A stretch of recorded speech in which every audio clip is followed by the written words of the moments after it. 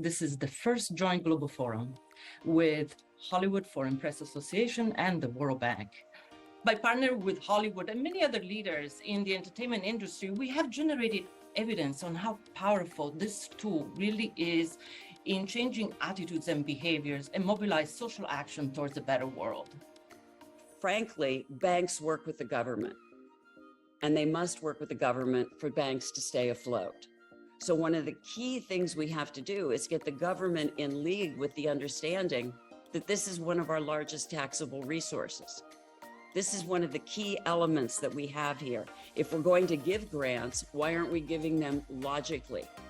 So that all grants go in to repair in a whole way, so that there's a wholeness to the grants that we give, so that we organize our grant giving, so that when we're reparative, we repair in a wholeness. This is exactly what we're here for, to understand how we can collaborate in a very cohesive manner and bring unity to our common efforts from the development sectors and the entertainment sector, and work together to really affect change in the world.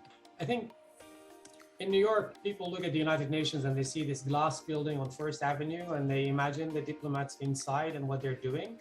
The UN is much, much more than that. The UN is everywhere in the world. We are also in the form of the normative rules that become laws in many countries and regulations that enable us to live in a world that is interconnected with multiple problems and challenges. So how do we communicate that to the world without using the language of the resolutions, which are written in what we call UNEs? And growing up, for me, television was a window into the world. I learned English from television. I went to a school run by the United Nations as a refugee. So for me, my work for the last 10 years sort of brings the two together. It's the opportunity to reach a wider audience other than just the journalists that we talk to and we share stories with. We hold press conferences, we still do all that.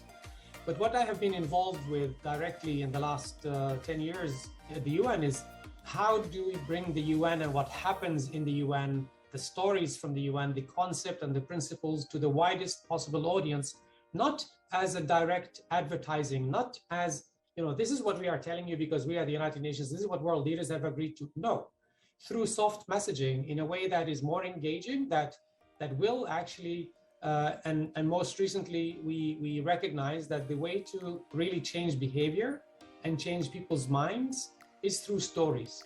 Madeleine is president and CEO of the Gina Davis Institute in Gender in Media. And she will talk to us about gender portrayals in media. If the unprecedented challenges of the past few years have taught us anything, it's been about the importance of collaboration, creative ingenuity, and unity to drive systemic change, which is what we're talking about. And when we think about some of those challenges, caregiving is one of the greatest challenges that impacts all of us on a global and a daily basis. So I'm going to talk about how caregiving has played out in TV and how we can work to change the world one story at a time. That it's not just celebrity for its own sake or as social marketing, but to pass the mic, as our colleague in the One program just said, to use the celebrity to bring the platform to the people who have not been heard, who need to be heard. I mean, for me, honestly, this is a no-brainer. I don't understand why the entertainment world has not, done more, to be honest, because if we can use shows and entertainment to further this cause, I just don't understand why we're not doing it, to be honest. We have how many television viewers? Over 5 billion, is it 5.4 billion television users, 5 billion smartphone users. I mean, it seems like, it's a perfect scenario for the entertainment world to go out and really make a change in this world, right?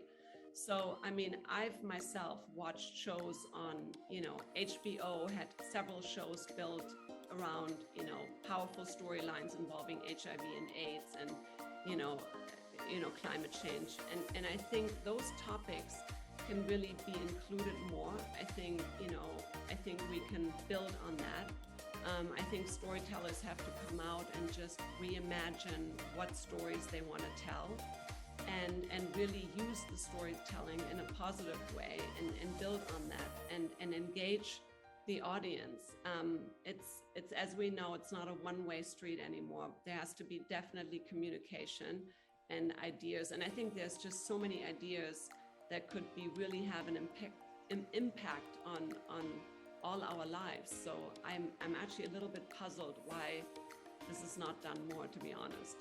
But the research for the industry shows that consumers, especially millennials and Gen Z, they want to work for companies that do good. They want to buy products from companies that do good.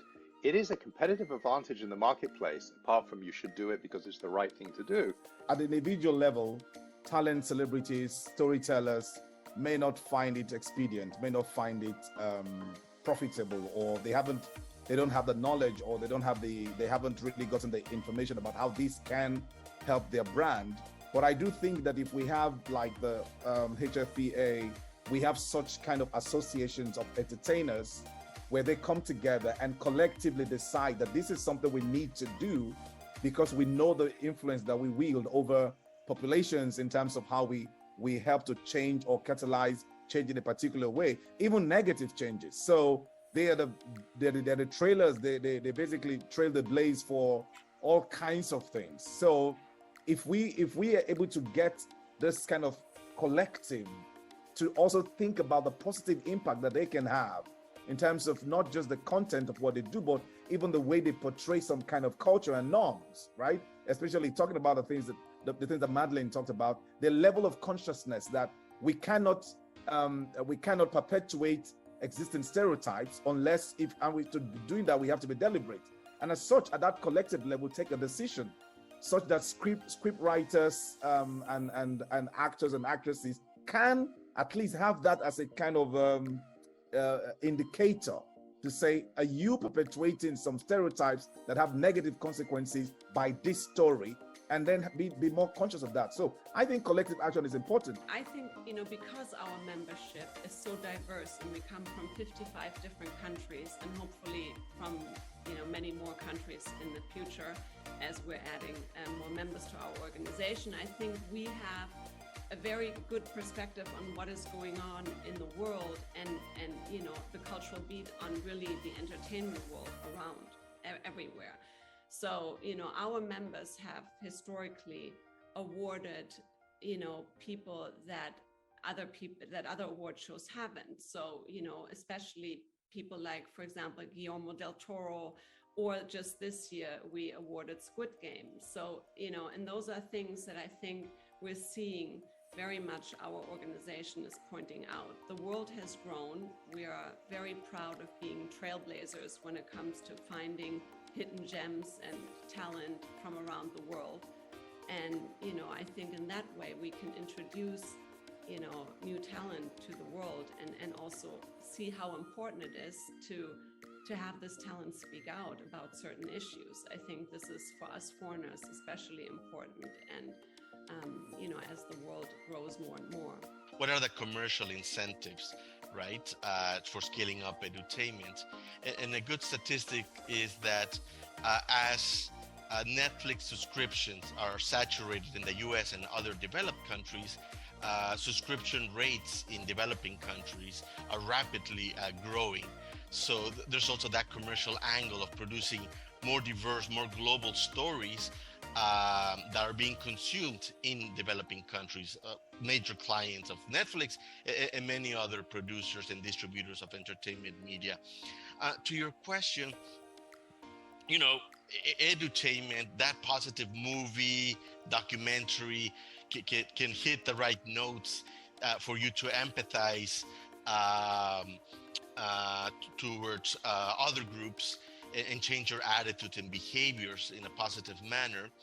But sometimes you need reinforcers, right? Because ultimately you will go back to your community, to your own reality, right? So reinforcers are good to remind you about that connection you had with that character, right? So we've seen the power of music in mobilizing, basically. And these artists, these talents who already have their followers, when they feature in a song, their fan base are actually looking out for what they are bringing out, for what they are producing. And when they see such kind of collaborations and they see their favorite artists talking about a specific issue, it becomes an issue of interest for them.